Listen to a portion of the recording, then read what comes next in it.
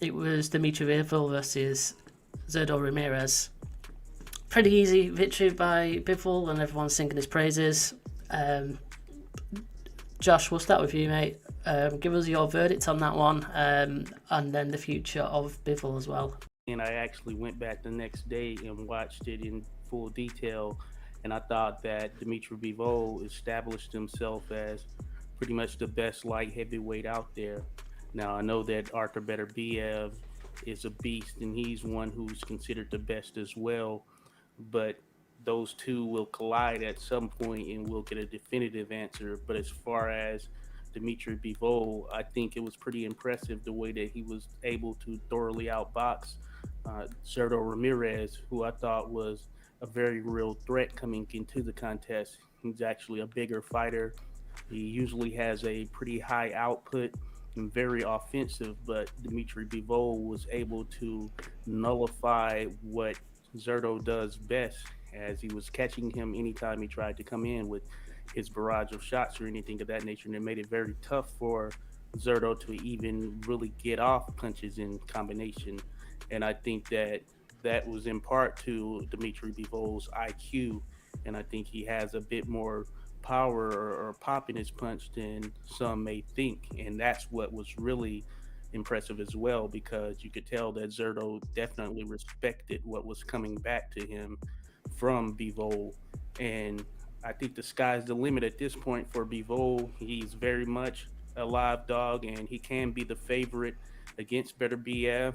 And in the case of Beterbiev, of course, we know what he brings to the table. One of the things that always kind of echoes in the back of the mind is he going to wake up one of these days and really feel that 37, 38 years old?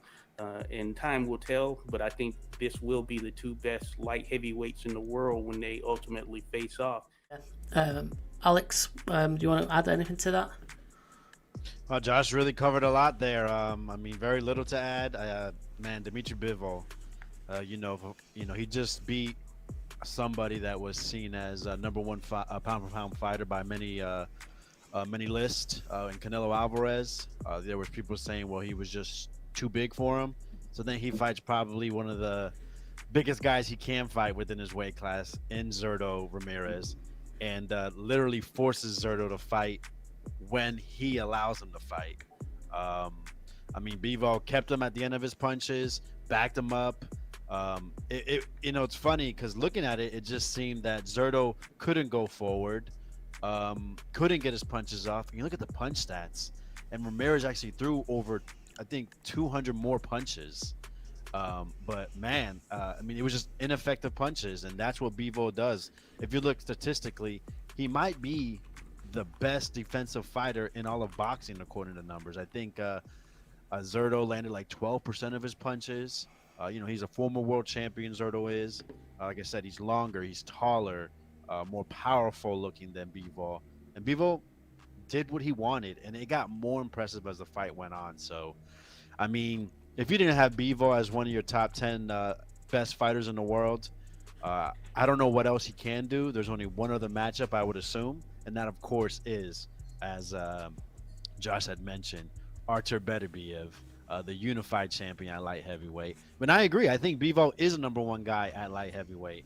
We're in a weird spot right now in boxing where the belts just don't seem to matter as much when it comes to who's better. It really is who you fight and or how you look in those fights. So Bivol just beat one of the best fighters in the world, and then one of the biggest and better fighters in this weight division. Beterbiev has beaten good opposition, but the way Bivol does it, we haven't really seen him. We haven't seen him like had to come back in a fight. We haven't really seen where he had to really dig deep. He's just been so good at what he does and controlling how a fight goes that he just seems, I wouldn't say unbeatable, but I don't see anybody around his weight class that can take him on. Beterbiev, with that power and with how he's able to explode to land his power, seems to has the best chance, but I don't see it as a 50-50 fight. I would definitely favor Bivol. I would put money on it. I would love to see the odds. I would hope that they have Bivol as a even if he's just a small favorite. I might even have to go big on there, but very interesting to see where both these fighters go. But Bivol, man, one of the best fighters in the world for sure. He must have a shout out for Fighter of the Year possibly this year, beating Canelo and Ramirez. And I can't remember if he had a fight earlier on than that this year, maybe not. But yeah, I kind of was always of the opinion that Beterbiev might be a bit too much for Bivol. But I think I've changed my mind now. And now, Alex, you mentioned it on Twitter, I think the other weekend after that fight, saying that he's got a good power, obviously, Beterbiev, but Bivol's got that IQ and generalship and knowledge that he'll probably be a bit too cagey and work out a way to outpoint Beterbiev. And I'd probably go along with that, to be fair. Hopefully we'll be discussing that fight in the future, and they'll make that happen, because that is the big fight that I want to see, which I've mentioned before.